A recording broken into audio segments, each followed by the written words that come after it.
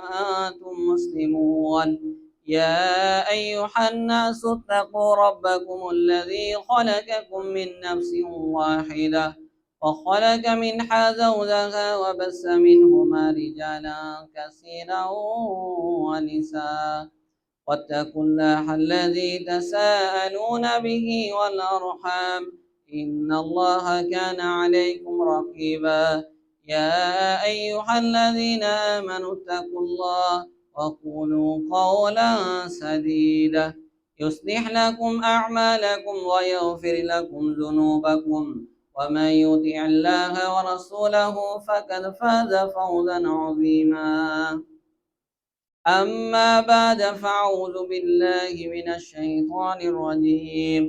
فما زحزح عن النار وأدخل الجنة فقد فاز وما الحياة الدنيا إلا متاع الغرور. عن أبي موسى الأشعري رضي الله عنه قال قال رسول الله صلى الله عليه وسلم من صلى البردين دخل الجنة. رواه البخاري. وقال رسول الله صلى الله عليه وسلم ليس صلاة أثقل إلى المنافقين من الفجر والعشاء ولو يعلمون ما فيهما ولو حبوا. রাহু মিশকাত বিইসনাদুন সহিহ। আলহামদুলিল্লাহ, যাবতীয় প্রশংসা গুণগান সেই আল্লাহ সুবহানাহু ওয়া তাআলার জন্য, যার অপার অনুগ্রহে দয়ায় আজকে জুমার দিনে আল্লাহ সুবহানাহু ওয়া তাআলা আমাদের মসজিদে আসার এবং খুতবা শোনার তৌফিক দান করেছেন। সেই আল্লাহ সুবহানাহু ওয়া তাআলার দরবারে আমরা শুকরিয়া আদায় করছি, সকলে বলছি আলহামদুলিল্লাহ। দরুদ এবং সালাম বর্ষিত হোক আমাদের প্রিয় নবী সাইয়্যিদুল মুরসালিন খাতামুন নবীন নবী মুহাম্মদুর রাসূলুল্লাহ সাল্লাল্লাহু আলাইহি সাল্লামের প্রতি।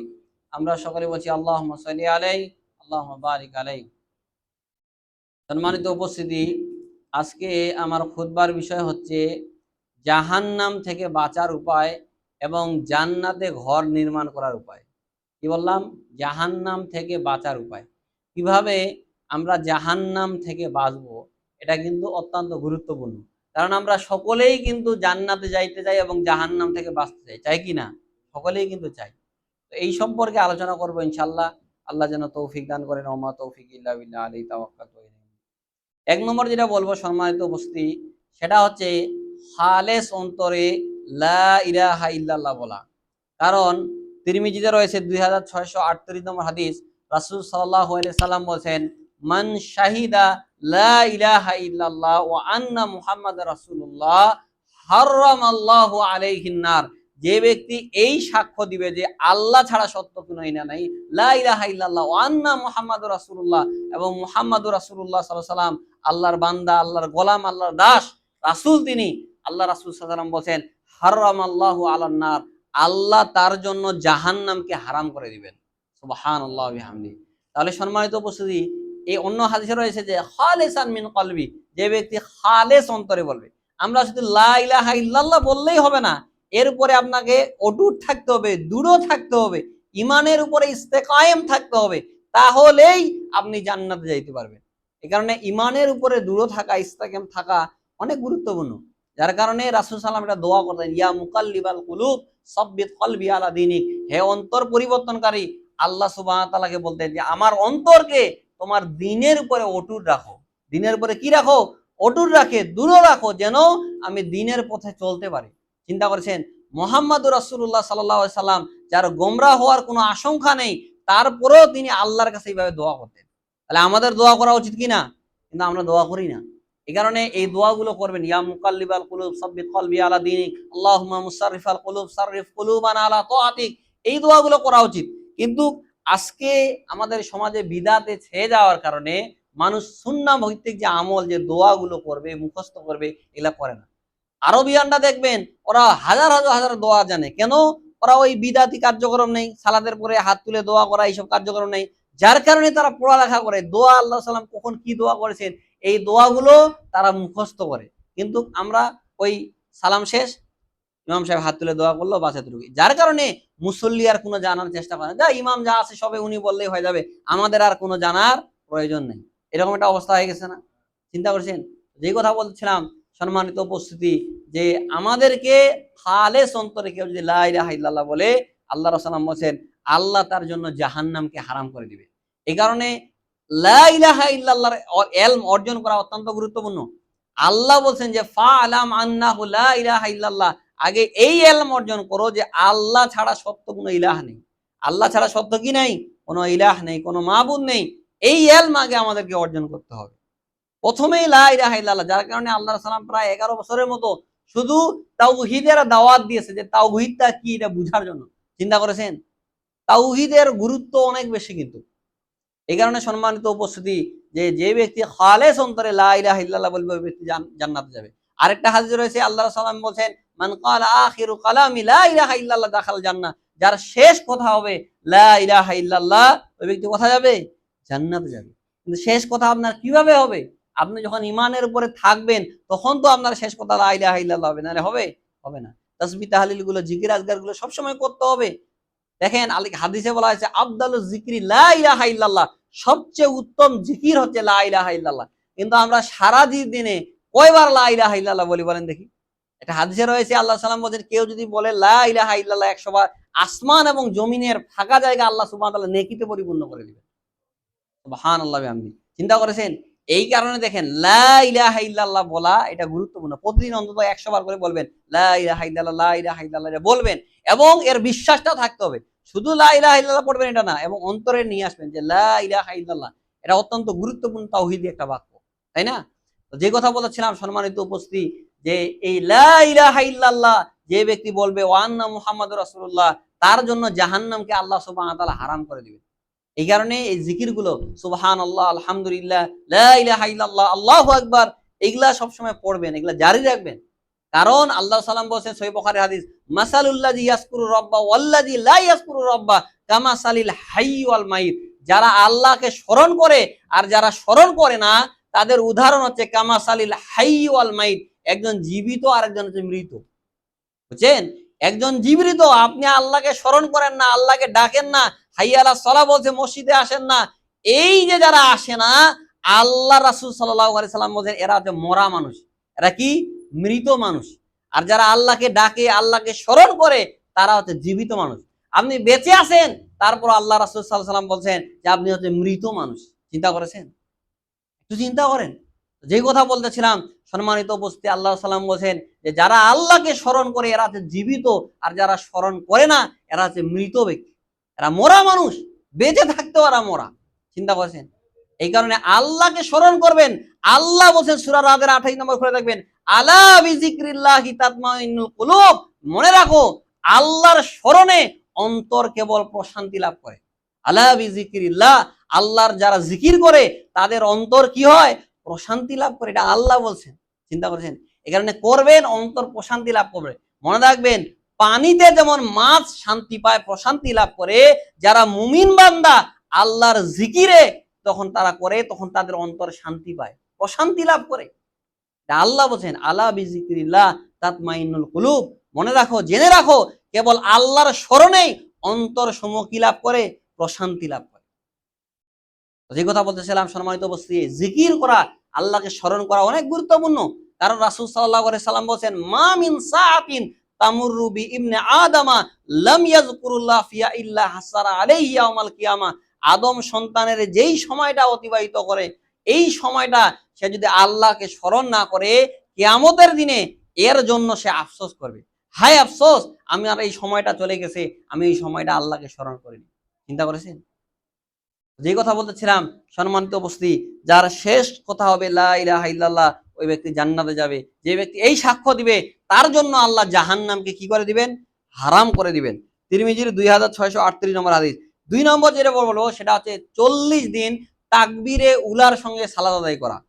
আল্লাহ রাসূল সাল্লাল্লাহু আলাইহি সাল্লাম বলেছেন, আরবাঈনা ইয়াওমান ফি জামাআতিন ইউদরিকু তাকবীরাতিল উলা কুতিবাত লাহু বারাআতান, বারাআতু মিনান নারি ওয়া বারাআতু মিনান নিফাক। কেউ যদি তাকবীরে উলার সঙ্গে 40 দিন সালাত আদায় করতে পারে, অর্থাৎ যখন ইমাম সাহেব বলবে আল্লাহু আকবার, এই সময় 5 ওয়াক্ত সালাত 40 দিন যদি আপনি আদায় করতে পারেন জামাতের সঙ্গে, আল্লাহ রাসূল সাল্লাল্লাহু আলাইহি ওয়াসাল্লাম বলেন বারাআতু মিনান নারি ওয়া বারাআতু মিনান নিফাক, আল্লাহ তাকে দুইটা জিনিস থেকে মুক্তি দিবে। এক, জাহান্নাম থেকে মুক্তি দিবে, 2, আল্লাহ সুবহানাহু ওয়া তাআলা তাকে মুনাফিকি থেকে মুক্তি দিবে। সুবহানাল্লাহ। চিন্তা করেছেন? তাহলে 40 দিন যদি আপনি জামাতের সঙ্গে সালাত আদায় করেন, আল্লাহ আপনাকে কয়টা জিনিস থেকে মুক্তি দিবে? এক, জাহান্নাম আপনার জন্য হারাম হয়ে যাবে, আপনি জান্নাতে যাবেন। 2, আপনাকে মুনাফিকি থেকে মুক্ত করে দেওয়া হবে। চিন্তা করেছেন কতটা গুরুত্বপূর্ণ? এই কারণে সাহাবা একরামরা যদি তাদের এক ওয়াক্ত সালাত যদি ছুটে যাইতো, তাহলে তারা 7 দিন যাবত আফসোস করতেন। কয়দিন? 7 দিন যাবত জামাতে পড়তে পারেনি, 7 দিন যাবত আফসোস করতেন। চিন্তা করেছেন? আমাদের আফসোস হয়? হয়। তাহলে তাদের ঈমান আর আমাদের ঈমানের মাঝে কতটা ফারেক রয়ে গেছে আপনি চিন্তা করতে পারেন? আপনার কত ফজরের সালাত আপনি আদায় করতে পারেন না জামাতে, আপনি আফসোস করেন না, হায় হুতাশ লাগে না? যদি না লাগে, মনে রাখবেন যে আপনার অন্তরের ভেতরে মুনাফিকি কায় হচ্ছে। ধীরে ধীরে ঈমান আপনার দুর্বল হয়ে যাচ্ছে, ডাউন হয়ে যাচ্ছে আপনার ঈমান। 7 দিন যাবত যারা আফসোস করতেন, হায় আফসোস আজকে জোহরের সালাত ছুটে গেছে, জামাতে পড়তে পারেনি। সালাত তো আদায় করেছে, কিন্তু জামাতে সালাত আদায় না করার কারণে তারা কয়দিন আফসোস করতেন? 7 দিন যাবত। আর তাদের এক ওয়াক্ত সালাত যদি তাকবীরে উলার সঙ্গে ছুটে যাইতো, অর্থাৎ আল্লাহু আকবার ইমাম যখন বলেছেন ওই সময় যদি না ধরতে পারতো, তাহলে তারা 3 দিন যাবত আফসোস করতেন। কয়দিন? 3 দিন যাবত আফসোস করতেন যে আজকে তাকবীরে উলার সাথে সালাত আদায় করতে পারেনি। তাদের ঈমানটা কেমন ছিল একটু চিন্তা করতে পারছেন? সম্মানিত উপস্থিতি, এইরকম চিন্তা ভাবনা আপনার হইতে হবে যে না, আমি তাকবীরে উলার সঙ্গে জামাতের সাথে সালাত আদায় করব। অনেকে আদায় করে তাড়াহুড়া করে একেবারে শেষের দিকে আসে আদায় করে। নিয়মিত যারা এইভাবে করেন তাদের জন্য শাস্তি রয়েছে, যে আপনি নিয়মিত দেরি করে জামাত পড়েন কিন্তু দেরি করে আসেন, এর জন্য আপনাকে শাস্তি পাইতে হবে। একটু চিন্তা করতে পারছেন? তাহলে এই চিন্তাটা করিয়েন সম্মানিত উপস্থিতি, যে আমি আজকে থেকে তাকবীরে উলার সঙ্গে 40 দিন যদি আপনি সালাত আদায় করতে পারেন, এটা একটা ট্রেনিং, বুঝছেন? এর মানে এই না যে আপনি বাদবাকি সময় আদায় করবেন না, কিন্তু এটা যখন আপনি করবেন আপনি অভ্যস্ত হয়ে যাবেন। অভ্যাস যখন আপনার একবারে পরিণত হয়ে যাবে, তখন আপনাকে ভালো লাগবে না তাকবীরে উলার সাথে সালাত আদায় করা। তো যেই কথা বলছিলাম, যে যারা তাকবীরে উলার সঙ্গে সালাত আদায় করবে 40 দিন, আল্লাহ তার জন্য জাহান্নাম হারাম করে দিবে। সে জাহান্নামে যাবে না, সে তার মুনাফিকি থেকে তাকে মুক্ত করা হবে।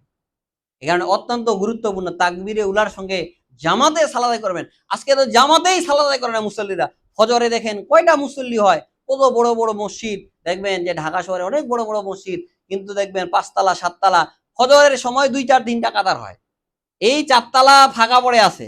তাহলে এই 4 তালার কোনো মূল্য আছে বলেন দেখি আল্লাহর কাছে? আল্লাহ সুবহানাহু ওয়া তাআলা কি বলেছেন যে এই শুধু জুমার দিনের জন্য 5 তালা 7 তালা বিল্ডিং বানাইতে হবে? হ্যাঁ? এরা কি মুসল্লি যারা শুধু জুমার দিনে আসে? এরা কোনোদিন মুসল্লি না যারা শুধু জুমার দিনে আসে। যারা 5 ওয়াক্ত সালাত জামাতের সঙ্গে আদায় করে কায়েম করে, তারাই হতে প্রকৃত মুসল্লি। এই কারণে সম্মানিত উপস্থিতি, হাইয়া আলাস সালাহ বলতেছেন, হাইয়া আলাল ফালাহ বলে আপনি বাসায় ঘুম পাড়তেছেন। আপনি কেমন মুসল্লি বলেন দেখি? আল্লাহ রাসূল সাল্লাল্লাহু আলাইহি ওয়াসাল্লাম বলেছেন, মান সামিয়া নিদা ওয়ালাম ইয়ামনাউ মিনাত তিবাই উজরান, যে ব্যক্তি আযান শুনলো কিন্তু কোনো অজর ছাড়া সে জামাতে আসলো না, লাম তুকবাল্লাহু সালাতুল্লাতি সাল্লাহ, তার সালাত আল্লাহ সুবহানাহু ওয়া তাআলা দরবারে কবুল হবে না। তাহলে যারা বাসায় অজর ছাড়া, অজর কি? সাহাবারা বলছেন ওয়ামাল ওজর ইয়া রাসূলুল্লাহ, অজর কি? আল্লাহ রাসূল সাল্লাল্লাহু আলাইহি ওয়াসাল্লাম বলেন আল খাউফ ওয়াল মারিদ, সেটা হচ্ছে অসুস্থতা। অনেক বেশি অসুস্থ আছেন, বাসা থেকে উঠতে পারেন না, মসজিদে আসতে পারবেন না, এই রকম যদি একটা অবস্থা হয়, আর খুব বেশি ঝড় তুফান বাতাস, আসা সম্ভব না মসজিদে, এই অবস্থায় আপনি কেবল বাসায় সালাত আদায় করতে পারবেন। এছাড়া আপনি জামাতে ছাড়া বাসায় সালাত আদায় করবেন না, করতে পারবেন না। অন্ধ সাহাবী, তাকে আল্লাহ সাল্লাম বলতেছে যে তুমি আজান শুনতে পাও? হাল তাসমাউ নেদা, তুমি কি আজান শুনতে পাও? হ্যাঁ আল্লাহ সাল্লাম আজান শুনতে পাই। তাহলে জামাতে গিয়ে সালাত আদায় করবা। চিন্তা করছেন? অন্ধ মানুষকেও আল্লাহ সাল্লাম বলছেন যে দেখতে পায় না, যে তুমি তারপরও তোমার বাসায় সালাত আদায় করা যাবে না, তুমি মসজিদে গিয়ে সালাত আদায় করতে হবে, জামাতের সঙ্গে তোমাকে সালাত আদায় করতে হবে। চিন্তা করেছেন? অন্ধ মানুষকেও আল্লাহ সাল্লাম রুখসাত দেয়নি। তাকেও বলতে পারেনি আচ্ছা ঠিক আছে তুমি অন্ধ মানুষ, তোমার কেউ নাই, কিভাবে মসজিদে যাবা, যাইতে হবে না, তুমি বাসায় পড়ো। বলেছেন নাকি আল্লাহ সাল্লাম? বলেননি। অন্ধকে বলতেছে আজান যদি শুনতে পাও, তাহলে জামাতে গিয়ে তোমাকে সালাত আদায় করা ওয়াজিব তোমার জন্য। এই হাদিসটা আপনারা পাবেন তিরমিজি 241 নম্বর হাদিস। 3 নম্বর যেটা বলবো সেটা হচ্ছে জোহরের পূর্বে এবং পরে 4 রাকাত সুন্নাত সালাত আদায় করা। অর্থাৎ জোহরে 4 রাকাত ফরজ আছে না, এর আগে 4 রাকাত এবং পরে যদি আপনি 4 রাকাত আদায় করেন তাহলে কি হবে দেখেন। এই হাদিসটা আপনারা পাবেন ইবনে মাজার 1160 নম্বর হাদিস। আল্লাহ রাসূল সাল্লাল্লাহু আলাইহি সাল্লাম বলছেন, মান হাফাজা আলা 4 রাকাতিন ক্বাবলা যুহরে ওয়া আরবাইন বাদাহা হারামাল্লাহু আলান নার, যে ব্যক্তি নিয়মিত জোহরের পূর্বে 4 এবং পরে 4 রাকাত সুন্নাত আদায় করবে, আল্লাহ রাসূল বলেন হারাম আল্লাহু আলান নার, আল্লাহ তার জন্য জাহান্নামকে হারাম করে দিবেন। সুবহানাল্লাহ। তাহলে দেখেন, আপনি যদি জোহরের ফরজ সালাতের পূর্বে 4 পড়েন এবং পরে যদি 4 পড়েন, নিয়মিত কন্টিনিউ করেন, হেফাজত করতে হবে। হাদিসে কি রয়েছে? মান হাফাজা আলা আরবা রাকাতিন, যে ব্যক্তি হেফাজত করবে, কন্টিনিউ করবে জোহরের পূর্বে 4 এবং পরে 4, আল্লাহ তার জন্য জাহান্নামকে হারাম করে দিবেন। সুবহানাল্লাহ। অনেক কঠিন মনে হচ্ছে যে না সহজ, এইটা করলেই জাহান্নাম থেকে আমি মুক্ত পেয়ে যাব, কিন্তু আপনি করে দেখেন না, নিয়মিত 2 দিন করবেন, 4 দিনের দিনে শয়তান আপনাকে ধোঁকা দিয়ে দেবে আর বলবে যে বাসায় চলে যাই, তাই না? এই কারণে সম্মানিত উপস্থিতি, যে আপনারা জোহরের যে সালাত, জোহরের পূর্বে 4 এবং পরে 4 নিয়মিত আদায় করবেন, বিশেষ করে বাসায় আদায় করার চেষ্টা করেন।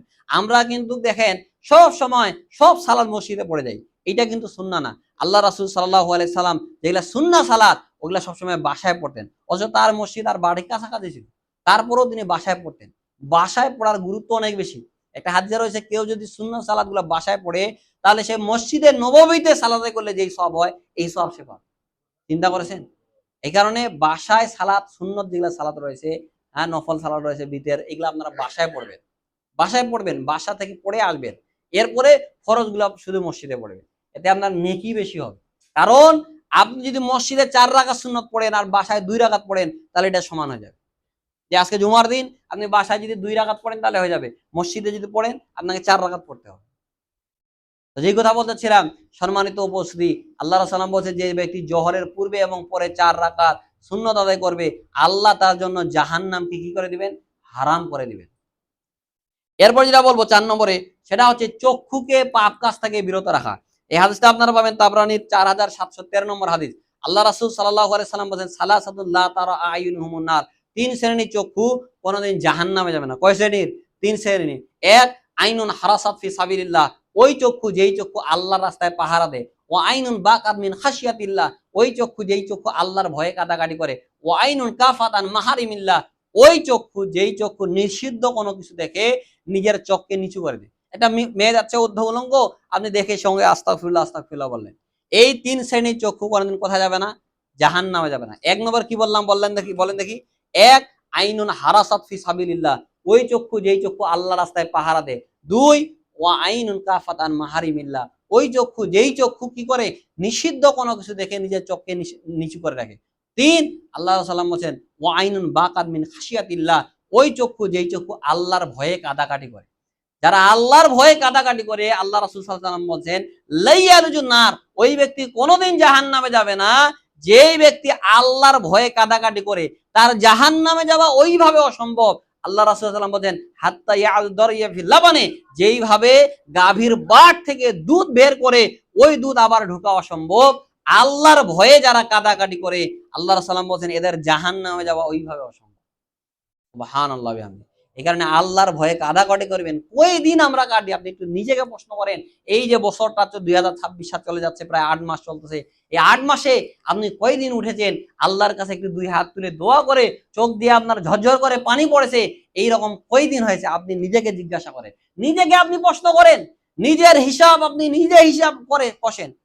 সাহাবায়ে কেরামরা এইরকম ছিলেন, তাবিরা, তারা নিজেদের হিসাব নিজেরা করতেন, নিজেদেরকে তারা শাস্তি দিতেন। কিন্তু আমরা করি, পাপ হলে তারা নিজেদেরকে শাস্তি দিতেন। একবার ইবনে ওমর রাদিয়াল্লাহু আনহু জামাতে সালাত আদায় করতে পারেনি, যার কারণে প্রায় 3 বিঘার মতো জমি তিনি আল্লাহর রাস্তায় দান করে দিয়েছেন। নিজের নফসকে তিনি কি করতেছেন? শাস্তি দিচ্ছেন, যে তুমি আজকে জামাতে পড়তে পারোনি, যার কারণে তোমার এটা শাস্তি। এই কারণে সম্মানিত উপস্থিতি, নিজেকে শাস্তি দিবেন, নিজের হিসাব নিজে করবেন। মুমিনের দায়িত্ব, আপনি রাতের ঘুমানোর পূর্বে আপনার হিসাব করেন, যে সারাদিন আমি কয়টা ভালো কাজ করলাম, কয়টা খারাপ কাজ করলাম, কি কি গুনাহ হয়ে গেল, এটা থেকে ইসলাহ কিভাবে করব, কিভাবে সংশোধন হব, এই চিন্তা যদি আপনি করতে পারেন, তাহলেই আপনার কেবল পরিবর্তন হবে, এছাড়া আপনার পরিবর্তন হবে না। এই কারণে সম্মানিত উপস্থিতি, যারা আল্লাহর ভয়ে কাঁদাকাটি করে, এরা কোনোদিন জাহান্নামে যাবে না। এক সাহাবী এসে আল্লাহ রাসূলকে বললেন, আল্লাহ সাল্লাম, মান নাজাত, আমি কিভাবে নাজাত পাবো? আল্লাহ রাসূল বলছে, আমসিক আলাইকা লিসানাক, তোমার মুখকে বন্ধ রাখো। ওয়ালিয়াসাকা বাইতুক, তোমার বাড়ির মধ্যে থাকো। ওয়াইয়াবকি আলা খতিয়াদিক, তোমার পাপের জন্য কাঁদাকাটি করো। কি বললেন? বাড়িতে থাকো, মুখ বন্ধ রাখো, পাপের জন্য কাঁদাকাটি করো। এই 3টা কাজ যদি তুমি করতে পারো, তাহলে তুমি নাজাত পাবা, তুমি জান্নাতে যাইতে পারবা। আজকের আলোচনা অনেক গুরুত্বপূর্ণ, আমি মনে করি এগুলা মনে রাখিয়েন, এই বিষয়গুলো মনে রাখিয়েন। আমরা আজকে গাফেল হয়ে গেছি, বুঝছেন? তো যেই কথা বলেছিলাম সম্মানিত উপস্থিতি, যে নিজের নফসকে আপনি ইসলাহ করেন, মুখ বন্ধ রাখেন। আল্লাহ রাসূল সাল্লাল্লাহু আলাইহি ওয়াসাল্লাম বলেছেন যে দুইটা জিনিস মানুষকে বেশি করে জাহান্নামে নিয়ে যাবে, একটা হচ্ছে মুখ আর একটা হচ্ছে লজ্জা স্থান। কারণ মুখ দিয়ে মানুষ গীবত করে, অন্যের পরনিন্দা করে, চুগলখড়ি করে, করে কিনা, মিথ্যা কথা বলে। এই কারণে মুখ খুব ভয়াবহ। এক সাহাবী বলেছেন, আল্লাহ সাল্লাম আপনি আমার জন্য সবচেয়ে কোনটা বেশি ভয় করেন? আল্লাহ সাল্লাম তার জিহ্বা দেখাই দিলেন, বললেন এটা আমি তোমার জন্য সবচেয়ে ভয় করি। বুঝছেন? আজকে দেখবেন প্রায় বাজারে গেলে ওর গীবত, কে কি করতেছে, কার মেয়ে কোথায় গেল নাই গেল, এইগুলা নিয়ে আমরা চিন্তা। আমরা আমাদেরকে নিয়ে চিন্তা করি না। সাহাবাদের চিন্তা নিজেদেরকে ছিল যে কিভাবে আমি জান্নাতে যাব। তাদের প্রশ্নটা এইরকমই ছিল। দেখেন সাহাবী বলছে আল্লাহ সাল্লাম আমি কিভাবে নাজাত পাবো? অন্যের চিন্তা করেছে? করেনি। সাহাবী বলছে আল্লাহ সাল্লাম আমি যদি ৫ ওয়াক্ত সালাত আদায় করি, এক সাহাবী বলছে আল্লাহ সাল্লাম আমি যদি ৫ ওয়াক্ত সালাত আদায় করি, ওয়া হাল্লালতুল হালাল ওয়া হাল্লাতুল হারাম, আমি যদি হালালকে হালাল মানি আর হারামকে হারাম মানি, আদখালাহুল্লাহু জান্নাহ, আমি কি জান্নাতে যাব? আল্লাহ রাসূল সাল্লাম বলেন নাম, হ্যাঁ তুমি জান্নাতে যাবে। চিন্তা করেছেন তাদের চিন্তা কেমন? আমরা শুধু অন্যদেরকে নিয়ে চিন্তা করি। ডক্টর আব্দুল্লাহ জাহাঙ্গীর রহমাতুল্লাহ বলছেন যে আমাদের প্রশ্নগুলো হয় শায়েখদেরকে প্রশ্ন করি, ও কি করলো, কে কি করলো, নাই ভাবে কি করলো, এই চিন্তা ভাবনা। হানাফিরা জান্নাতে যাবে কিনা, হ্যাঁ অনেকে প্রশ্ন আছে না, হানাফিরা জান্নাতে যাইতে পারবে না। আরে এই ঠিকাদারি কি আল্লাহ আপনাকে দিয়েছে নাকি? ও জান্নাতে যাবে না জাহান্নামে যাবে ওটা ও বুঝবে। আপনি আপনাকে নিয়ে চিন্তা ভাবনা করেন, তাই না? অন্যকে দাওয়াত দেন, এইটা ঠিক আছে, যে ভাই শিরিক করিয়েন না, বিদাত করিয়েন না, এইটা ঠিক আছে। কিন্তু কে জান্নাতে যাইলো, কে জাহান্নামে যাইলো, এই ঠিকাদারি আল্লাহ আমাদেরকে দেয়নি। আর আমাদের এইটাও কাজ না যে আমরা জান্নাতের ডিলারশিপ নিয়ে বসে আছি, যে ভাই আসেন আহলে হাদিস হইলেই জান্নাতে যাবেন। এইরকম করা যাবে নাকি? এইরকমটা করা যাবে না। আপনি আমল করেন, আপনি আহলে হাদিস হইলেই আপনি জান্নাতে যাবেন, এটা আপনাকে কে বলেছে বলেন দেখি? তাহলে এটা পীরদের মতো হইলো যে চরমনায় পীরে আসেন, আপনাকে পীর সাহেব কিয়ামতের দিনে জাহাজে করে পার করে নিয়ে যাবে হাসরের মাঠে, তাই না? এইরকম তো হয়ে গেল।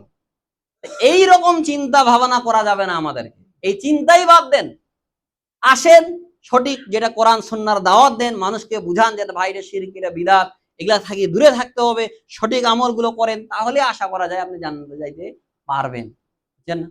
তো যেই কথা বলেছিলাম সম্মানিত উপস্থিতি, যে নিজের চক্ষুকে যারা হেফাজত করতে পারবে তারা জাহান্নামে যাবে না। এরপর যেটা বলবো সেটা হচ্ছে ফজর এবং আসরের সালাত জামাতে আদায় করা। দেখেন ফজর এবং আসর এই দুইটা সালাত অত্যন্ত গুরুত্বপূর্ণ। কারণ আল্লাহ সাল্লাম বলছেন যে মান সাল্লাল বারদাতাইন, সহিহ বুখারী হাদিস, মান সাল্লাল বারদাতাইন দাখালাল জান্নাহ, যে ব্যক্তি ফজর সালাত আদায় করবে, আসর সালাত জামাতে আদায় করবে, দাখালাল জান্নাহ, এই ব্যক্তি জান্নাতে যাবে। আল্লাহ সাল্লাম বলছেন লাইয়ালিদুন নারা কাবলা তুলুই শামসি ওয়া কাবলা গুরুবিহা, ওই ব্যক্তি কোনোদিন জাহান্নামে যাবে না যে ফজর এবং আসরের সালাতের কি করে? হেফাজত করে। আল্লাহ বলেন হাফিজু আস সালাওয়াতি ওয়াস সালাতিল উস্তা, তোমরা সালাতের হেফাজত করো, বিশেষ করে আসরের কথা বলা হয় যেখানে। আসরের সালাতে ওই সময় গাফেল ছিল, মানুষ নিজেদের ব্যবসা বাণিজ্য এগুলা নিয়ে ব্যস্ত, এগুলো নিয়ে ব্যস্ত। আর মানুষ দেখবেন যে প্রায় দেখবেন আসরের ওয়াক্ত চলে যাচ্ছে, বাজার করতে করতে একেবারে সন্ধ্যার দিকে ও আসরের সালাত আদায় করতেছে, তাই না? এই কারণে সালাতের হেফাজত করতে হবে। দেখেন সঠিক সময় আউয়াল ওয়াক্তে সালাত আদায় করা, এটা কিন্তু অত্যন্ত গুরুত্বপূর্ণ। সালাতের হেফাজত করা, কিন্তু আমরা হেফাজত করি না। সময় আমাদের নাই, আমাদের কাছে টাইম নাই। দেখেন আমি এর আগেও আপনাদেরকে বলেছিলাম, আজকেও বলি, আমাকে এই যে সবার শেষে আসা, এইভাবে জুমার দিনে বসা, এটা আমার কাছে একদমই পছন্দ না। হাদিসেও এর এটা নিষেধ করা আছে, কিন্তু আমাদের এটা প্রায় ট্রেডিশন হয়ে গেছে যে আমরা নিয়মিত দেরি করে আসবো, এসে একটু 2, 4, 5, 10 মিনিট শুনবো। আমাদের পরিবর্তন হয় না এই কারণে ভাই, এই বছরে 52টা খুতবা হয়, আমাদের পরিবর্তন নাই। আল্লাহ আমাদের রিজিকে বারাকা দেয় না কেন জানেন? আমরা এইভাবে নিয়মিত আসি। আপনি কেন এখন আসতেছেন? দেখেন এখনো মুসল্লি আসে, এইটা ঠিক না। আপনি 12টার দিকে আসেন, এই সময় দেখবেন 12টা 15-এর মধ্যে আজান হয়ে যাবে, 1টার দিকে মোটামুটি 1টা 5-10 খুতবা শেষ হয়ে গেল, এটা কিন্তু অনেক ভালো, তাই না? কিন্তু আমাদের আসছেই আমরা এত অনেক দেরি করি, আমাদের এটা অভ্যাসে পরিণত হয়ে গেছে, যার কারণে আল্লাহ আমাদের বারাকা দেয় না। এই বাংলাদেশের মানুষ দেখবেন ওই যায় গরিব মানুষ, সারা জীবন ওই গরিবই আছে, আছে না? পরিবর্তন হয় না। সাহাবারা দেখেন আব্দুর রহমান ইবনে আওফ মক্কা থেকে মদিনায় এসেছে, কিছুদিনের মধ্যে আল্লাহ তাকে ধনী করে দিয়েছে। ওসমান রাদিয়াল্লাহু তাকে ধনী করে দিয়েছে, কি জন্য দিয়েছে? কেন ধনী আল্লাহ তাদেরকে বানালো? তাদের আল্লাহর জন্য টাইম ছিল, তাদের সময় ছিল। কিন্তু আমাদের সময় নাই, টাইম নাই। আল্লাহ রাসূল সাল্লাল্লাহু আলাইহি সাল্লাম বলতেছেন যে মান কানাতিল আখিরাতি হাম্মা জালাল্লাহু গিনাহু ফি কলবি ওয়া জামালাহু শামলাহু ওয়া আতাদহু দুনিয়া ওয়া হিয়া রাগিবাতুন। তুমি যদি আল্লাহর জন্য সময় দাও, চিন্তা ভাবনা পরকালীন করো, তাহলে আল্লাহ আপনার অন্তরে ধান্যার্থ দিবে, আপনার অভাব আল্লাহ সুবহানাহু ওয়া তাআলা মুক্ত করে দিবে, আল্লাহ সুবহানাহু ওয়া তাআলা এমন করে দিবে, আপনার সমস্ত কাজগুলো এক করে দিবে। দেখবেন যে আপনার কাজে নেই, 8টার মধ্যে কাজ শেষ। আরবিয়ানরা 8টার দিকে যায় মসজিদে, আর আমরা 12টা বাজে তারপরে মসজিদে আসতে পারি না। তা আল্লাহ কাদেরকে বরকত দিবে আমার কথাটা ভালোভাবে বুঝিয়ে রাগ করিয়েন না। তারা 8টার সময় মসজিদে যায়, আমরা 12টা বাজে তারপরে মসজিদে আসতে পারি না। তাহলে আল্লাহ বরকত সোনা ঢেলে কাদেরকে দিবে? ওদেরকে দিবে না আমাদেরকে দিবে নাকি? সৌদি আরবে দেখবেন এমন এমন ব্যবসায়ী আছে, এক ব্যবসায়ী উনি বলতেছে রিয়াদে প্রায় 1 কোটি টাকা দিয়ে মসজিদ বানিয়েছে, বুঝছেন? তো উনাকে প্রশ্ন করা হলো যে আপনি 1 কোটি টাকা দিয়ে একাই মসজিদ বানাইলেন? বলছে রিয়াদের প্রত্যেকটা শহরে যদি এইরকম 1 কোটি টাকা দিয়ে আমি আরো মসজিদ বানাই, আমার টাকার কমতি হবে না। টাকা কে দিয়েছে বলেন দেখি? আল্লাহ তো দিয়েছে নাকি? যেই আল্লাহ ওদেরকে দিতে পারে, সে আল্লাহ কি আপনাকে দিতে পারে না? পারে কি না? অবশ্যই পারে। কারণ সময় দেন আল্লাহর জন্য। ওসমান রাদিয়াল্লাহু আনহু, তা আল্লাহ রাসূল সাল্লাল্লাহু আলাইহি সাল্লাম বলতেছে তোমাদেরকে যুদ্ধে যাইতে হবে, চলো কে কি দান করতে করবার করেন। ওসমান রাদিয়াল্লাহু, তার ব্যবসা ছিল, ওই ব্যবসা বাদ দিয়ে উনি জিহাদে যাচ্ছে। এত গুরুত্বপূর্ণ ওই সময়ে দেখছে, তার একটা এমন গুরুত্বপূর্ণ ছিল যে ব্যবসা, ওই ব্যবসা বাদ দিয়ে তিনি কোথায় যাবে? জিহাদ করতে যাবে। আল্লাহ রাস্তায় দান করেছে, বলছে আল্লাহ রাসূল সাল্লাম এই যুদ্ধে যত লোক যাবে 3 ভাগের 1 ভাগ, প্রায় 30,000 লোক ছিল, 30,000-এর যেতগুলো যাবে 10,000-এর উট, যাদের খাবার ব্যবস্থা যা আছে সব কিছু আমি দিয়ে দিব। চিন্তা করেছেন? এইরকম ছিলেন সাহাবারা। কিন্তু আমরা এরকম নাই, সময় নাই, টাইম নাই। আপনি একটু সময় দেন, একটু টাইম দেন, একটু ম্যানেজ করেন, আপনার সময়টা আল্লাহর জন্য একটু দেন, দেখবেন আল্লাহ সুবহানাহু ওয়া তাআলা আপনার অন্তরে অভাব মুক্ত করবে। ভাই দেখেন, কারো অনেক কোটি কোটি টাকা রয়েছে কিন্তু সুস্থতা নাই, ভারতে যায় ক্যান্সার হয়েছে, কি হয়েছে? ওইটার চাইতে আপনি সুস্থ আছেন, এইটা অনেক ভালো না? আপনার কোটি টাকা আল্লাহ দিল কিন্তু আপনার সুস্থতা নাই, আপনার শান্তি নাই, এই কোটি টাকা থেকে আপনার কি লাভ হবে বলেন দেখি? এই কারণে হাদিসে বলা হয় যে আল্লাহ তার অন্তরে ধান্যার্থ দিবে, যেমন তার অভাব থাকবে না। যা আছে আলহামদুলিল্লাহ, আমার অভাব নাই, অত আমার সম্পদের প্রয়োজন নেই। এইটা হচ্ছে ধনী। এই কারণে আল্লাহ সাল্লাম বলছেন যে লাইসাল গেনা আন কাসরাতিল আরাব ওয়ালা কিন্নাল গেনা গেনান নাফস। টাকা বেশি হলেই মানুষ ধনী হয় না। ওয়ালা কিন্নাল গেনা গেনান নাফস। যার মন বড় সে হচ্ছে ধনী, যার মন বড় সে ধনী। করোনার সময় দেখছিলাম এক ফকির, ওর যেত টাকা ইনকাম করেছে, অর্থাৎ ফকির ভিক্ষা টিক্ষা করে সব টাকা দান করে দিয়েছে। চিন্তা করছেন ওর মনটা কত বড়? এই কারণে আল্লাহ সাল্লাম বলছে টাকা বেশি হলেই ধনী হওয়া যায় না। অনেকের টাকা আছে কিন্তু দান করতে পারে না। ওয়ালা কিন্নাল গেনা গেনার নাফস, যার মনটা বড় সেই ব্যক্তি হচ্ছে ধনী, বুঝছেন? এক সাহাবী, তিনি কি করেছেন? তার সামান্য সম্পদ তিনি আল্লাহর রাস্তায় দান করে দিয়েছে। আল্লাহ সাল্লাম বলছে যে এই সাহাবী আজকে যেটা দান করেছে, তোমাদের লক্ষ কোটি টাকা দানের চাইতে এই দান অনেক উত্তম। কেন? তার যা আছে সেটা থেকে সে দান করে দিয়েছে, বুঝছেন? যেই কথা বলছিলাম সম্মানিত উপস্থিতি, যে আল্লাহর জন্য সময় দেন। এরপর আল্লাহ সাল্লাম বলেন ওমান কানাতিল হাম্মা, যার সময় হবে না, ওমান কানাতিদ দুনিয়া হাম্মাহু জাল আল্লাহু ফাকরাহু বাইনা আইনাইন ওয়া ফাররাকা আলাইহি শামলাহু ওয়া লাম ইয়াতিহি মিনাদ দুনিয়া ইল্লা মা কুদিরা লাহু। আর যার চিন্তা শুধু দুনিয়া হবে, যে আমার টাকা লাগবে, জমি জমা করতে হবে, এত কিছু করতে হবে, বাড়ি গাড়ি করতে হবে, এই রকম কিছু লোক আছে না, এই রকম যাদের চিন্তা, এদের অভাব আল্লাহ কোনদিন দূর করবে না। আল্লাহ বলছেন জাল আল্লাহু ফাকরাহু বাইনা আইনাইন, আল্লাহ সাল্লাম বলছেন তার 2 চোখে আল্লাহ শুধু অভাব দিবে, অভাব, অভাব শেষ হবে না। ওয়া ফাররাকা আলাইহি শামলা, তার আল্লাহ সুবহানাহু ওয়া তাআলা কাজগুলো বিচ্ছিন্ন করে দিবে, একত্রিত করার তৌফিক দিবে না। ওয়ালাম ইয়াতিহি মিনাদ দুনিয়া ইল্লা মা কুদ্দিরা লাহু, আর সে দুনিয়া থেকে অতটুকুই পাবে যতটুকু আল্লাহ তার রিজিকে লিখেছে। আপনি যতই দৌড়ান, আল্লাহ আপনার রিজিকে যতটুকু লিখেছে এর বেশি আপনি পাবেন না। কেন? সময় দেন, চিন্তা করেন। সে বলতেছে যে রিয়াদের প্রত্যেকটা শহরে যদি আমি 1 কোটি টাকা দিয়ে মসজিদ বানাই, আমার টাকার কমতি হবে না। তাহলে তার টাকা আল্লাহ সুবহানাহু ওয়া তাআলা কত দিয়েছে একটু চিন্তা করতে পারেন? এই কারণে আজকে দেখেন মদিনায় দেখা গেছে যে পুরা মদিনা শহরটা সোনায় সোনা, নিচে শুধু সোনা আছে, সোনা। চিন্তা করেছেন? আল্লাহ তাদেরকে কি দিয়ে দিয়েছে? শুধু তাদের তাওহীদ মজবুত রয়েছে। এই কারণে সৌদি আরবের একটা ছেলে, ওরা পাপ করে ঠিক আছে, ও সাইকেল চালাতে যেতে উল্টে পড়ে গেছে, ও বলবে তাওয়াক্কালতু আলাল্লাহ হাসবুনাল্লাহু ওয়া নি'মাল ওয়াকিল। আর আমাদের বাংলাদেশের একটা ছেলে যদি কারোর সঙ্গে কারো লেগে যায়, যত মুখের ভাষা আছে সবাই বলে ঠেকে দিবে, যা আছে, তাই না? একেবারে সব শেষ, যা আছে বেটা ডাকে শুরু করে, এটা তো সাধারণ কথা, যা আছে এগুলো বলতে যাচ্ছি না আমি, বুঝছেন? একটা অটোওয়ালার সঙ্গে যদি একটা রিক্সাওয়ালার লেগে যায়, একটা মোটরসাইকেল ওয়ালার লেগে যায়, ওর যে মুখের ভাষা তা বলা কঠিন। আল্লাহ রাসূল বলেন সেবাবুল মুসলিমি ফুসুক, একজন মুসলিমকে গালিগালাজ করাতে ফাসিক গাল। আরে ভাই লেগেই গিয়েছে তো, এখন আপনি তাকে গালিগালাজ করে আর ফিরে পাবেন নাকি? পাবেন? পাবেন? আপনি বলেন যে ভাই ভুল হয়ে গেছে, তারও ভুল হয়েছে, আপনারও ভুল হয়ে গেছে। রাস্তায় কেউ তো আর এইরকম চিন্তা ভাবনা করে বেরোয় না যে বের হয়েছে আজকে একটা অ্যাক্সিডেন্ট করে দিব, এরকম চিন্তা কারো আছে নাকি? কারণ নেই, কারণ লাগলে দুইজনে ক্ষতিগ্রস্ত হবে, সেও ইনজুরিড হবে, আপনিও ইনজুরিড হবে। তো এই কথা চিন্তা করেন যে আমার তকদিরে এটা ছিল, কপালে ছিল। কিছুদিন আগে এক অ্যাক্সিডেন্ট হয়েছে, বলছে আমি ডার নিবই, আমার এটা খরচা হয়েছে প্রায় 2500 টাকা। আরে ওই এতটুকু চিন্তা করেন না যে আল্লাহ আমাকে হেফাজত করেছে, সুস্থ আছি, বেঁচে আছি, লেগেই তো গিয়েছে। তার কাছে আপনি ডাকা দণ্ডি নিয়ে আপনি এমন কি করবেন বলেন দেখি? এমন আপনার কি লাভ হয়ে যাবে? তকদিরে ছিলই আপনার, এটা তকদিরে যেটা ছিল ওটা আপনি খণ্ডন করতে পারবেন? পারবেন না। এই কারণে এইরকম জবরদস্তি করিয়েন না যে ভাই আপনাকে এতই দিতে হবে। হ্যাঁ, কোনো কিছু হলে মিউচুয়াল করে নেবেন, ওটা স্বাভাবিক। তো যেই কথা বলতেছিলাম সম্মানিত উপস্থিতি, যে ফজর এবং আসরের সালাতে কি করবেন? হেফাজত করবেন। আল্লাহ আপনার জন্য জাহান্নাম হারাম করে দিবে, চিন্তা করেছেন? আসরের সালাত ছাড়বেন না বিশেষ করে, কারণ রাসূল সাল্লাল্লাহু আলাইহি সাল্লাম বলেছেন মান তারাকা সালাতুল আসরি ফাকাদ হাবিতা আমালু, যে ব্যক্তি আসরের সালাত ছেড়ে দিবে তার সমস্ত আমল ধ্বংস হয়ে যাবে। ইচ্ছা করে যদি আপনি ছেড়ে দেন, চিন্তা করছেন? আর তাহলে যারা সালাত আদায় করে না, ওরা নিজেদেরকে কিভাবে ইমানদার দাবি করেন বলেন দেখি? কেউ আসরের সালাত ছেড়ে দিলে আল্লাহ সাল্লাম বলেন ওর সমস্ত আমল ধ্বংস হবে, আমলেই শেষ, আমলেই বরবাদ হয়ে যাবে। চিন্তা করছেন? চিন্তা করেন। আর অনেকে বলে ভাই আমি সালাত আদায় না করলে কি হবে? ইমান আপনার মজবুত আছে। আরে ও তো ইমানেই নাই, কিসের ইমান মজবুত আছে বলেন দেখি? এই কারণে ওলামায়ে কেরাম বলছে যারা সালাত আদায় করে না ওদের সঙ্গে মেয়েদের বিবাহ দেওয়া যাবে না।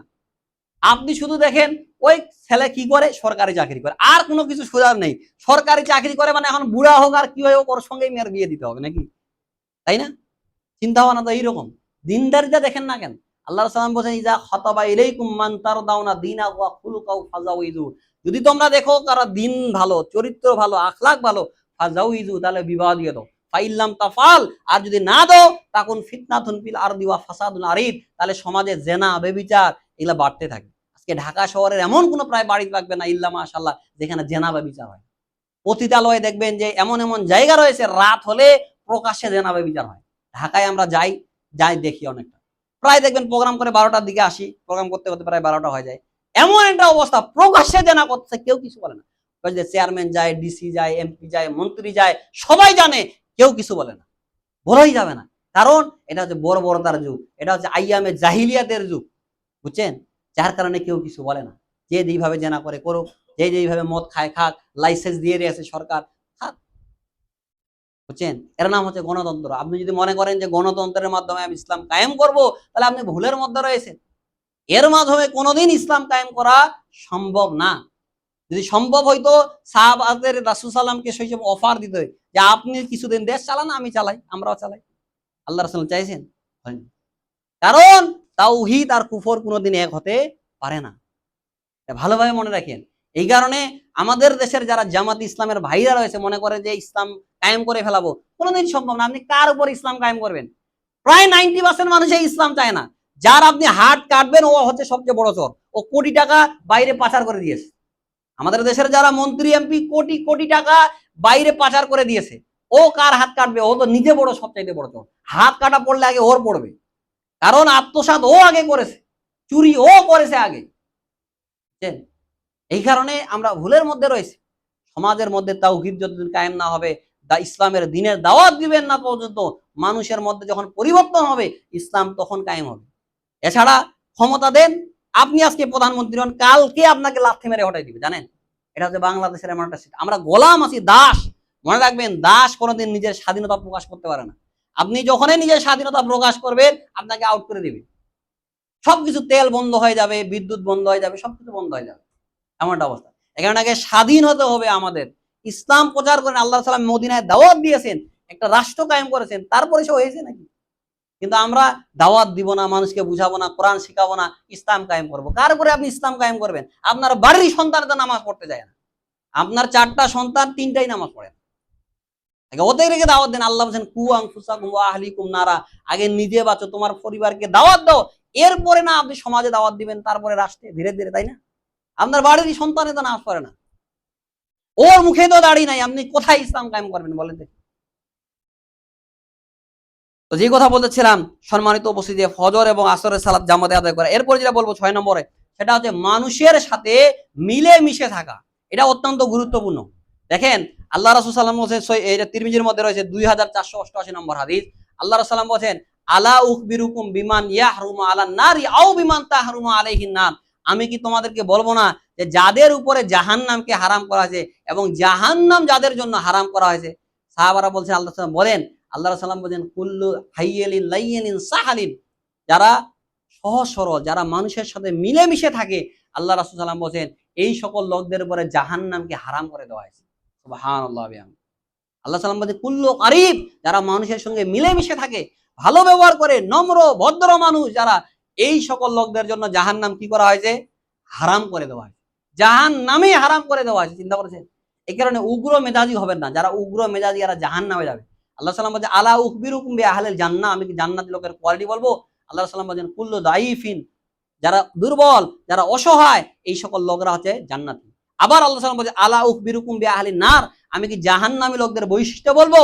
আল্লাহ সাল্লাম বলছেন কুল্লু জাওয়াজিন জানিমিন মুস্তাকবিরিন, যারা অহংকারী, যারা উগ্র মেজাজি, এই সকল লোকরা হচ্ছে জাহান্নামী, রাজা জাহান্নামে। আল্লাহ রাসূল সাল্লাল্লাহু আলাইহি সাল্লাম বলেন এখানে এক গতি উগ্র মেজাজ, কারোর সঙ্গে মারামারি ঢাটাঢাটি করে দিবেন, এই সকল জিনিসগুলো করিয়ে না, এগুলা হচ্ছে জাহান্নামীদের বৈশিষ্ট্য।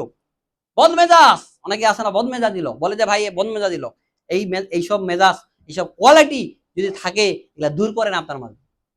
রাগ উঠবে, আউযু বিল্লাহি মিনাশ শাইতানির রাজিম বলেন, কারণ রাগ শয়তানের পক্ষ থেকে আসে। কার পক্ষ থেকে? শয়তানের পক্ষ থেকে। এই হাদিসটা আপনারা পাবেন তিরমিজি 2488। এরপর 7 নম্বর যেটা বলবো সেটা হচ্ছে নফল সিয়াম বেশি করে পালন করা। কি করা? নফল সিয়াম পালনে অভ্যাসী হইতে হবে। কারণ আমরা নফল সিয়াম পালন করি না ভাই। দেখেন আল্লাহ রাসূল সাল্লাল্লাহু আলাইহি সাল্লাম বলেছে আসিয়ামু চুন্না, সিয়াম হচ্ছে জাহান্নাম থেকে বাঁচার ঢাল। আল্লাহ সাল্লাম বলছে যে মান সামা ইয়ামান ফি সাবিলিল্লাহ বাদাল্লাহু ওয়াজহু আনিন নারি ৭০ খরিফান, কেউ যদি আল্লাহকে সন্তুষ্ট করার জন্য একদিন সিয়াম পালন করে, তাহলে আল্লাহ তার চেহারাকে জাহান্নাম থেকে ৭০ বছরের দূরত্ব সরিয়ে দিবে। সুবহানাল্লাহ। এরপর যেটা বলবো ৮ নম্বর, সেটা সকাল সন্ধ্যা দোয়া করা। কেউ যদি সকালে বলে আল্লাহুম্মা আজিরনি মিনান নার, জাহান্নাম উল্টা আল্লাহকে বলবে আল্লাহ সে যেহেতু আমাকে পানা চাচ্ছে, আমার কাছ থেকে বাঁচতে যাচ্ছে, অতএব তুমি তাকে জাহান্নাম থেকে রক্ষা করো। সকালে বলবেন কয়বার? ৩ বার, আল্লাহুম্মা আজিরনি মিনান নার, আল্লাহুম্মা আজিরনি মিনান নার, আল্লাহুম্মা আজিরনি মিনান নার। জাহান্নাম আপনার হয়ে সুপারিশ করবে। আবার বলবেন আল্লাহুম্মা ইন্নী আসআলুকা জান্নাতাল ফিরদাউস, জান্নাত বলবে আল্লাহ সে যদি আমাকে চাচ্ছে তাকে দিয়ে দাও। সুবহানাল্লাহ। তাহলে সম্মানিত উপস্থিতি, জাহান্নাম থেকে বাঁচার যেটা উপায় বললাম, ১ নম্বরে লা ইলাহা ইল্লাল্লাহ বলা খালেস অন্তরে, ২ ৪০ দিন তাকবীরে উলার সাথে সালাত আদায় করা, ৩ জোহরের পূর্বে এবং পরে ৪ রাকাত কি করা? সুন্নত সালাত আদায় করা, ৪ চক্ষুকে পাপ কাজ থেকে বিরত রাখা, ৫ ফজর এবং আসরের সালাত জামাতের সঙ্গে আদায় করা, হেফাজত করা, ৬ মানুষের সঙ্গে মিলেমিশে থাকা, ৭ নফল সিয়াম বেশি করে পালন করা, ৮ সকাল সন্ধ্যা জান্নাত এবং জাহান্নাম থেকে কি? জাহান্নাম থেকে পানা চাওয়া এবং জান্নাত চাওয়া। এরপর কয়েকটা পয়েন্ট বলি, সেটা হচ্ছে জান্নাতে ঘর আপনি কিভাবে নির্মাণ করবেন। দেখবেন জান্নাতের ঘর কিন্তু অনেক দামি। জান্নাতে একটা ছোট্ট একটা চাবুক রাখার জায়গা আল্লাহ সম্বন্ধে খাইরুম মিনাদ দুনিয়া মাফিয়া, দুনিয়া এবং দুনিয়ার মধ্যে যা কিছু আছে সবকিছু চাইতে উত্তম। চিন্তা করেছেন? ১ নম্বর বলি, সংক্ষেপে শেষ করি, সেটা হচ্ছে দেখেন যে দিনে এবং রাতে ১২ রাকাত নফল সালাত আদায় করবেন। আল্লাহ রাসূল সাল্লাল্লাহু আলাইহি সাল্লাম বলেছেন যে মান সাল্লা ইশরা আরবা রাকাতিন, যে ব্যক্তি সকালে সন্ধ্যায় অর্থাৎ দিনে রাতে ১২ রাকাত সালাত আদায় করবে, বুনিয়া লাহু বাইতুন ফিল জান্নাহ, আল্লাহ তার জন্য জান্নাতে একটা ঘর নির্মাণ করবে। সুবহানাল্লাহ। বুঝছেন? এই কারণে দিনে রাতে কি করবেন? ১২ রাকাত যে সুন্নত রয়েছে সেটা বলি, ফজরের পূর্বে ২ রাকাত, জোহরের আগে ৪ পরে ২, এটাও করতে পারবেন। তাহলে কত হলো? ৪ দিয়ে ৬ আর ২ ৮ হলো। মাগরিবের পরে ২ ১০ এবং এশার পরে ২ ১২। এই ১২ রাকাত যদি আপনি সুন্নত সালাত আদায় করেন দিনে রাতে, তাহলে জান্নাতে আল্লাহ আপনার জন্য কি নির্মাণ করবে? ঘর নির্মাণ করবে। এই হাদিসটা আপনারা পাবেন তিরমিজির ৪১৫। এরপর যেটা বলবো সেটা হচ্ছে মজাক করে মিথ্যা কথা না বলা। মিথ্যা এমনি মহাপাপ। কারণ আল্লাহ রাসূল সাল্লাল্লাহু আলাইহি সাল্লাম বলেছেন যে তোমরা মিথ্যা কথা বলিও না, কারণ মিথ্যা মানুষকে জাহান্নামে নিয়ে যায়, পাপের দিকে নিয়ে যায়, আর পাপ মানুষকে জাহান্নামে নিয়ে যায়। আল্লাহ সাল্লাম বলছেন যে আনা জাইমুন বিবাইতিন ফি রাবাদিল জান্নাহ লিমান তারাকাল মিরআ ওয়া ইন কানা মুহিক্কান ওয়া বাইতিন ফি ওয়াসাদিল জান্নাহ লিমান তারাকাল কাযিবা ওয়া ইন কানা মাজিয়ান ওয়া বাইতিন ফি আলাল জান্নাতি লিমান হুসনুল খুলুক। আল্লাহ সাল্লাম বলছে যে ওই ব্যক্তির জন্য আমি জান্নাতে একটা ঘর দেওয়ার জন্য জামিনদার, যে ব্যক্তি হক হলেও ঝগড়া করে না। হক আপনি জানেন যে এই জমিটা আমার, আমি মারামারি চাই না, কেস কারবার চাই না, আমি পরকালে জান্নাত চাই, এই আশায় যদি আপনি ছেড়ে দেন, আল্লাহ সাল্লাম বলছে আল্লাহ তার জন্য জান্নাতে একটা ঘর নির্মাণ করবে। এরপর আল্লাহ সাল্লাম বলছে ওয়াবাইতিন ফি ওয়াসাদিল জান্নাহ লিমান তারাকাল কাযিবা ওয়া ইন কানা মাজিয়ান, আর ওই ব্যক্তির জন্য জান্নাতের মাঝামাঝি একটা ঘর দেওয়ার জন্য জামিনদার, যে মজাক করেও মিথ্যা কথা বলে। অনেকে আমরা বাচ্চাকে বলি ভাই বাবা আসো আসো তোমাকে চকলেট দিব, কিছুই দিলেন না। এটা যে মজাক করে মিথ্যা কথা বলা। এক মহিলা তার বাচ্চাকে ডাকতেছে, আসো আসো তোমাকে খাজুর দিব। আল্লাহ সাল্লাম বলছে তুমি তাকে কি দিবা? বলছে আমি তাকে খাজুর দিব। আল্লাহ সাল্লাম বলছে তুমি যদি তাকে খাজুর না দিতা তাহলে তুমি একটা মিথ্যাবাদী মহিলা হইতা। চিন্তা করছেন? আমরা আজকে মোবাইলে কত বলি আসেন দিনাজপুর, ভাই ঢাকায় আছি, হ্যাঁ বলি কি না? চিন্তা করেন আজকে প্রায় প্রায় এইসব মিথ্যা কথা, এগুলো আপনার কি ঠেকা পড়ে গেছে আপনাকে এইভাবে বলতে হবে? হ্যাঁ আসেন এখানে, চিন্তা মনে বলতেছেন যে ভাই আমি ফুলবাড়ি বাজারে আছি, কি দরকার? হ্যাঁ আসেন এখানেই আছি আমি, কি এই যে মিথ্যা কথাগুলো, দিনাজপুরে আসেন বলতেছে আমি রংপুরে আছি, হয়তো আপনার কোনো প্রয়োজন আপনি আমার ধরা দিবেন না, তাই না? সন্তানকেও শিখেছে বাবা বলো আমি দিনাজপুরে নাই, হ্যাঁ ফোনে টাকা হয়তো পায় কেউ, কি এই যে মিথ্যা কথাগুলো এগুলা বলিয়েন না, এগুলো আপনাকে পাপের দিকে নিয়ে যাবে, পাপ আপনাকে ধ্বংস করবে, আপনাকে জাহান্নামের দিকে নিয়ে যাবে।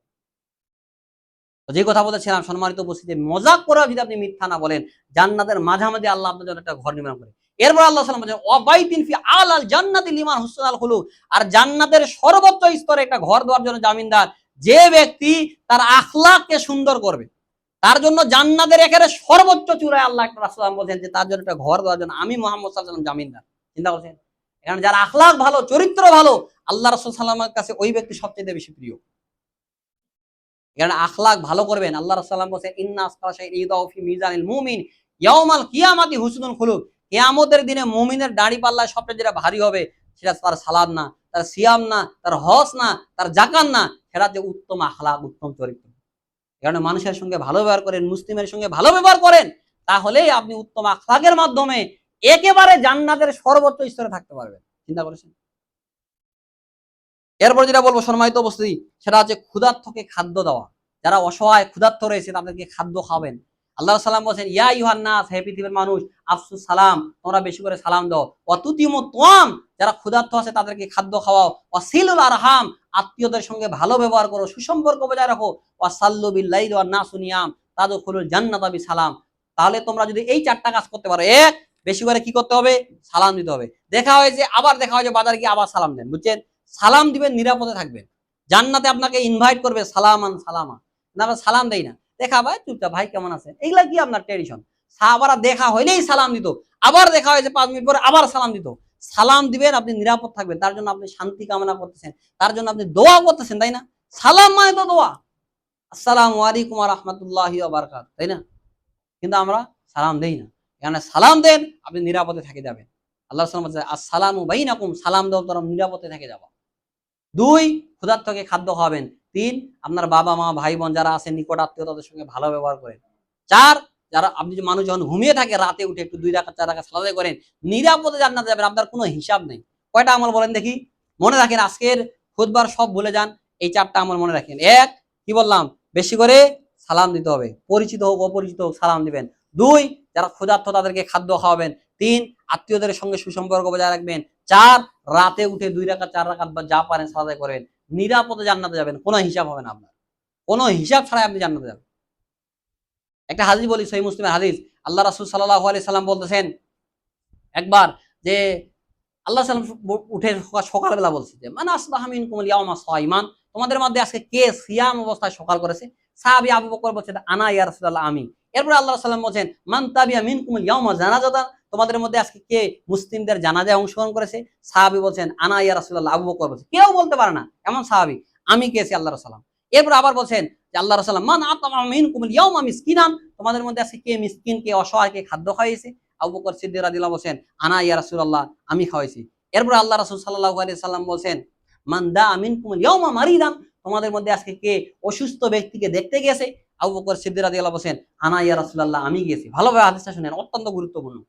বলছেন কে আজকে সকাল করেছে সিয়াম অবস্থায়? কেউ চুপচাপ, সবাই চুপচাপ আছে। আবু বকর বলছেন আমি। কে আজকে ক্ষুধার্তকে খাদ্য খাওয়াইছে? আবু বকর সিদ্দিক রাদিয়াল্লাহু বলছেন আনা রাসূলুল্লাহ, আমি খাইছি। কে আজকে মুসলিমের জানাজায় অংশগ্রহণ করেছে? আবু বকর সিদ্দিক বলছে আমি। কে আজকে অসুস্থ ব্যক্তিকে দেখতে গেছে? আল্লাহ রাসূলের সাহাবী আবু বকর বলছেন আনা ইয়া রাসূলুল্লাহ, আমি গেছি। এখন দেখেন আল্লাহ রাসূল কি বলছেন, মা ইসতামাআনা হাযিল খিসাল কাত্তু ইল্লা রাজুলুন দাখালা জান্নাহ, যেই ব্যক্তি এই 4টা কাজকে জমা করে নিবে সেই ব্যক্তি অবশ্যই অবশ্যই জান্নাতে যাবে। সুবহানাল্লাহ। আবু বকর সিদ্দিক রাদিয়াল্লাহু আনহু এমন একজন সাহাবী, তাকে জান্নাতের সমস্ত দরজা দিয়ে ডাকা হবে। চিন্তা করেছেন তার মর্যাদা কত বেশি? এখানে আল্লাহ রাসূল বলছেন যে আমার পরে সবচেয়ে মর্যাদাবান ব্যক্তি হচ্ছে কে? আবু বকর সিদ্দিক রাদিয়াল্লাহু আনহু। যাকে জান্নাতের সমস্ত দরজা দিয়ে ডাকা হবে যে আসো আসো আবু বকর আসো, এদিকে আসো। সিয়ামের দরজা দিয়ে ডাকা হবে, সালাতের দরজা দিয়ে ডাকা হবে, সব দরজা দিয়ে তাকে ডাকানো হবে। এমন একজন মানুষ ছিলেন তিনি। চিন্তা করেছেন? তো যে কথা বলতেছিলাম, সম্মানিত উপস্থিতি, যারা ক্ষুধার্ত আছে তাদেরকে খাদ্য খাওয়াবেন। আরেকটা বলে শেষ করি, সেটা হচ্ছে সূরা ইখলাস পড়া। সূরা ইখলাসকে ভালোবাসা। যারা সূরা ইখলাসের ভালোবাসা অন্তরে কায়েম করবেন, গেঁথে নিবেন, এই ব্যক্তিও জান্নাতে যাবে। কারণ এক সাহাবী বলছে, আল্লাহ রাসূল সাল্লাল্লাহু আলাইহি ওয়াসাল্লাম, এই হাদিসটা আপনারা পাবেন দারমিতে 3492। এক সাহাবী বলছে, আল্লাহ রাসূল সাল্লাম, ইন্নী উহিব্বু হাযি সূরাতু কুল হুয়াল্লাহু আহাদ, আমি সূরা ইখলাসকে ভালোবাসি। আল্লাহ রাসূল সাল্লাম বলছেন, হুব্বাকা আদখালাহুল্লাহুল জান্নাহ, এই সূরার ভালোবাসা তোমাকে জান্নাতে নিয়ে যাবে। সুবহানাল্লাহ। চিন্তা করেছেন? একবার আবু হুরায়রা রাদিয়াল্লাহু আনহু এবং আল্লাহ রাসূল সাল্লাল্লাহু আলাইহি ওয়াসাল্লাম হাঁটতেছেন, তো এক সাহাবী সূরা ইখলাস পড়তেছে। তো আল্লাহ রাসূল সাল্লাল্লাহু আলাইহি ওয়াসাল্লাম বলছেন ওয়াজাবাত। সাহাবী বলছেন, ওয়ামা ওয়াজাবাত ইয়া রাসূলুল্লাহ, কি ওয়াজিব হয়ে গেছে? আল্লাহ রাসূল সাল্লাল্লাহু আলাইহি ওয়াসাল্লাম বলছেন, জান্নাহ, তার জন্য জান্নাত ওয়াজিব হয়ে গেছে। চিন্তা করেছেন? সূরা ইখলাসের অনেক গুরুত্বপূর্ণ। এখানে সূরা ইখলাস তাওহীদের সূরা। এখানে আল্লাহর তাওহীদ রয়েছে, আল্লাহর পরিচয় রয়েছে, যার কারণে এই সূরাকে ভালোবাসলে আপনি কোথায় যাইতে পারবেন? জান্নাতে যাইতে পারবেন। সাহাবী কি বলছেন যে হুব্বাকা আদখুলাহুল জান্নাহ, এই সূরার ভালোবাসা তোমাকে জান্নাতে নিয়ে যাবে। চিন্তা করেছেন? আল্লাহ সাল্লাম বলছে যে মান করা কুল হুয়াল্লাহু আহাদ আশারা মাররা বুনিয়া লাহু বাইতুন ফিল জান্নাহ, যে ব্যক্তি সূরা ইখলাস 10 বার পাঠ করবে, আল্লাহ তার জন্য জান্নাতে একটা ঘর নির্মাণ করবে। সুবহানাল্লাহ। কতক্ষণ লাগে সূরা ইখলাস পাঠ করতে বলেন দেখি? এখানে সূরা ইখলাস রাতে ঘুমানোর সময় সূরা মুলক পড়া, এগুলা পড়বেন। আল্লাহ রাসূল সাল্লাল্লাহু আলাইহি সাল্লাম বলেন, ইন্না সূরাতাম মিনাল কুরআনি সালাসুনা আয়া শাফাআত লিরাজুলিন হাত্তা গুফিরা লাহু, কুরআনে 30 আয়াত বিশিষ্ট একটা সূরা রয়েছে, এক ব্যক্তির জন্য সুপারিশ করার কারণে আল্লাহ তাকে ক্ষমা করে দিয়েছেন। চিন্তা করেছেন? ওয়াহুয়াল্লাযী তাবারাকাল্লাযী বিয়াদিল মুলক, আর এটা হচ্ছে সেটা কি? সূরা মুলক। এখানে সূরা মুলক রাতে ঘুমানোর সময় নিয়মিত পড়বেন। এই সূরা আপনাকে কবরের আযাব থেকে রক্ষা করবে। এখানে সূরা মুলক পড়বেন, জুমার দিনে সূরা কাহাফ পড়বেন। কারণ আল্লাহ সাল্লাম বলেন, মান করা সূরাতাল কাহাফি ফি ইয়াউমিল জুমআ আদালাহু নূরু মা বাইনাল জুমাতাইন, যে ব্যক্তি জুমার দিনে সূরা কাহাফ পড়বে, এক জুমা থেকে আরেক জুমা পর্যন্ত আল্লাহ তার অন্তরে নূর সৃষ্টি করে দিবেন। সূরা কাহাফ পড়ি, আমরা পড়ি না। আল্লাহ রাসূল সাল্লাল্লাহু আলাইহি ওয়াসাল্লাম বলেন, মান হাফাজা আশরা আয়াতিন মিন আউয়ালি সূরাতিল কাহাফ উসিমা মিন ফিতনাতিদ দাজ্জাল, যে ব্যক্তি সূরা কাহাফের প্রথম 10টা আয়াত মুখস্থ করবে, তাকে দাজ্জালের ফিতনা থেকে রক্ষা করা হবে। চিন্তা করেছেন? এখানে আমলগুলো করবেন। সম্মানিত উপস্থিতি, যতটুকু কথা বললাম, আল্লাহ যেন আমাদেরকে এইসব কথার উপরে আমল করার তৌফিক দান করেন। আল্লাহুম্মা আমিন। আল্লাহ যেন আমাদেরকে জাহান্নাম থেকে রক্ষা করেন। আল্লাহুম্মা আমিন। আল্লাহ যেন আমাদেরকে জান্নাতুল ফিরদাউসের সর্বোচ্চ মাকাম দান করেন। আল্লাহুম্মা আমিন। আল্লাহ যেন আমাদেরকে রাসূলের সঙ্গে জান্নাতে থাকার তৌফিক দান করেন। আল্লাহুম্মা আমিন। আল্লাহ যেন আমাদেরকে শিরক এবং বিদআত মুক্ত আমল করার তৌফিক দান করেন। আল্লাহুম্মা আমিন। আল্লাহ সুবহানাহু ওয়া তাআলা যেন আমাদেরকে সঠিক ইসলাম পালন করার তৌফিক দান করেন। আল্লাহুম্মা আমিন। আল্লাহ যেন আমাদের মা এবং বোনদেরকে দ্বীনের উপরে অটুট থাকার তৌফিক দান করেন। আল্লাহুম্মা আমিন। তাদেরকে জন্য পূর্ণ পর্দা আল্লাহ সুবহানাহু ওয়া তাআলা যেন করার তৌফিক দান করেন। আল্লাহুম্মা আমিন। মা বোনদেরকে অনুরোধ করব, মহিলারা আছে, তাদেরকে অনুরোধ করব যে আপনারা পরিপূর্ণ পর্দা করবেন। আল্লাহ সাল্লাম বলছেন যে আইয়ুমা ইমরাতিন, যে কোনো মহিলা যদি 4টা কাজ করতে পারে, এক, ইজা সাল্লাত খামসা, 5 ওয়াক্ত সালাত আদায় করেন, ওয়া সামাত শাহরা, রমাদান মাসের সিয়াম পালন করে, ওয়া আতাত বালাহা, স্বামীর আনুগত্য করে, ওয়া আহসানাত ফারজাহা, লজ্জা স্থানের হেফাজত করে, ফালতাদুখুলুল জান্নাতা মিন আইয়া আবওয়াবিশ শাত, তাহলে সে জান্নাতের যে কোনো দরজা দিয়ে জান্নাতে প্রবেশ করতে পারে। সুবহানাল্লাহ। চিন্তা করেছেন? কিন্তু আমরা করি না। আজকে আমাদের মা বোনদের বুকে ওড়নাই থাকে না, কাপড়ই থাকে না। এমন একটা সময় ছিল আজ থেকে 30-40 বছরে, হিন্দু মহিলারাও বাজারে গেলে মাথায় তারা কাপড় দিত। আমাদের দাদা নানিরা এটা বলতেন যে হিন্দুরাও মাথায় কাপড় দিত। একসময় টোপর ছিল না, আপনারা দেখেছেন না, বয়স্ক মানুষরা টোপর ছিল। ওই টোপরে করে বিয়ে করলো, দেখবেন সামনে 2জন পালোয়ান, পিছনে 2জন পালোয়ান। ওই টোপরে ওই পর্দা আছে, আবার টোপরে ঢুকে আছে, তাই না? আর এখন এমন মেকআপ টেকআপ করে এমন ভাবে মেয়ে যাচ্ছে শ্বশুর বাড়ি, কোনো কিছু নেই, তাই না? তার কোনো দুঃখ আফসোস কিছু নেই, এমনটা অর্ধ উলঙ্গ হয়ে যাচ্ছে। আবার পরে দিনে এই বড় বউ ভাতের নামে তাকে দেখবেন বিভিন্ন পার্টি সেন্টার গুলোতে বসিয়ে রাখা হয়েছে। মনে হচ্ছে ওই ভোগ্য বস্তু, সবাই তাকে দেখতেছে আর ওর বিনিময়ে টাকা দান করতেছে, তাই না? এমন একটা অবস্থা বর্তমান সময়। এগুলা হচ্ছে জাহিলিয়াত, এগুলা হচ্ছে অজ্ঞতা, এগুলা হচ্ছে বর্বরতা। যাদের লজ্জা নাই, শরম নাই, হায়া নাই, এই সকল মেয়েরা এইভাবে থাকতে পারে। যারা গাইরিয়ন নাই, এই সকল পুরুষরা এই সকল আয়োজন করতে পারে। আপনি অলিমা করেন, আপনার স্ত্রীকে অন্যজন কেন দেখবে? কেউ হাদিয়া দিলে দিও, না দিলে না দিও, সমস্যা কি? কিন্তু আজকে দেখবেন বিভিন্ন পার্টি, ওকে দেখে টাকা উঠে নেই, পার্টি সেন্টারে একটা টাকা খরচা হয়েছে, খাওয়া দাওয়ার খরচা হয়েছে, তাই না?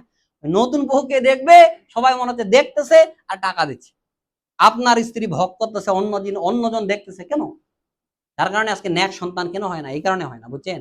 আগে ওমর ইবনে আব্দুল আজিজ রাহিমাহুল্লাহ, যাকে পঞ্চম খলিফা বলা হয়, এমন নারীদের পর্দা ছিল যে মুসলিম নারী পুরো শরীর ঢেকে আছে, বুঝছেন, পুরো শরীর কালো বোরখা পরে আছে, তারপরেও কোনো পুরুষ যদি যাইতো রাস্তার এক কোণে চট করে তারা বসে পড়তো, বুঝছেন।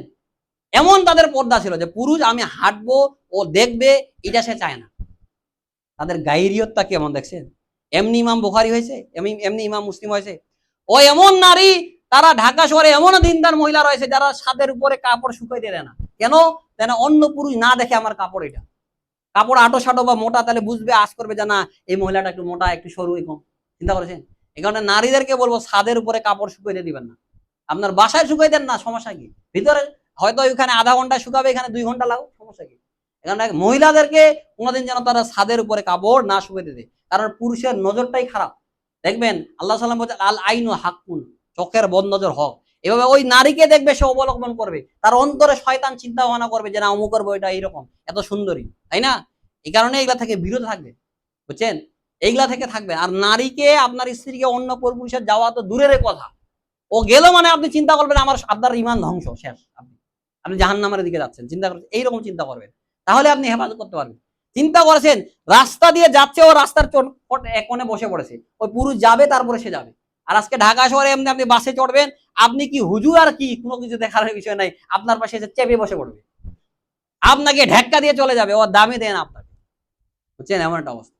যাক, যেসব কথা বললাম আল্লাহ যেন আমাদেরকে এসব কথার উপর আমল করার তৌফিক দান করেন। আল্লাহুম্মা আমিন। আকুলু কওলি হাযা আস্তাগফিরু লি ওয়া লাকুম সাইরিল মুসলিমিন ফাস্তাগফিরু মিন কুল্লি যামবিন ইন্নাহু হুয়াল গফুরুর রাহিম। আলহামদুলিল্লাহি ওয়াহদা ওয়া সালাতু ওয়া সালামু আলা মান লা নাবিয়্যা বা'দা। আম্মা বা'দ, ফাআউযু বিল্লাহি মিনাশ শাইতানির রাজীম। ইন্নাল্লাহা ওয়া মালাইকাতাহু ইউসাল্লুনা আলান নবী ইয়া আইয়ুহাল্লাযীনা আমানু সাল্লু আলাইহি ওয়া সাল্লিমু তাসলিমা। আল্লাহুম্মা সাল্লি আলা মুহাম্মাদ ওয়া আলা আলি মুহাম্মাদ কামা সাল্লাইতা আলা ইব্রাহিম ওয়া আলা আলি ইব্রাহিম ইন্নাকা হামিদুম মাজিদ। আল্লাহুম্মা বারিক আলা মুহাম্মাদ ওয়া আলা আলি মুহাম্মাদ কামা বারাকতা আলা ইব্রাহিম ওয়া আলা আলি ইব্রাহিম ইন্নাকা হামিদুম মাজিদ। আল্লাহুম্মা আইযিল ইসলাম ওয়াল মুসলিমিন ওয়া আযিল্লাশ শিরকা ওয়াল মুশরিকিন ওয়া দাম্মির আ'দা'ad-দ্বীন ওয়াজআলিল্লাহুম্মা হাযা বালাদাম আমিনা মুতমাইন্না ওয়া সাইরা বিলাদিল মুসলিমিন। اللهم اغفر للمسلمين والمسلمات والمؤمنين والمؤمنات الأحياء منهم والأموات. عباد الله رحمكم الله، إن الله يأمر بالعدل والإحسان وإيتاء ذي القربى وينهى عن الفحشاء والمنكر والبغي يعظكم لعلكم تذكرون. واذكروا الله يذكركم وادعوه يستجيب لكم ولا ذكر الله تعالى وأولى وأعز وأجل وتم وأكبر.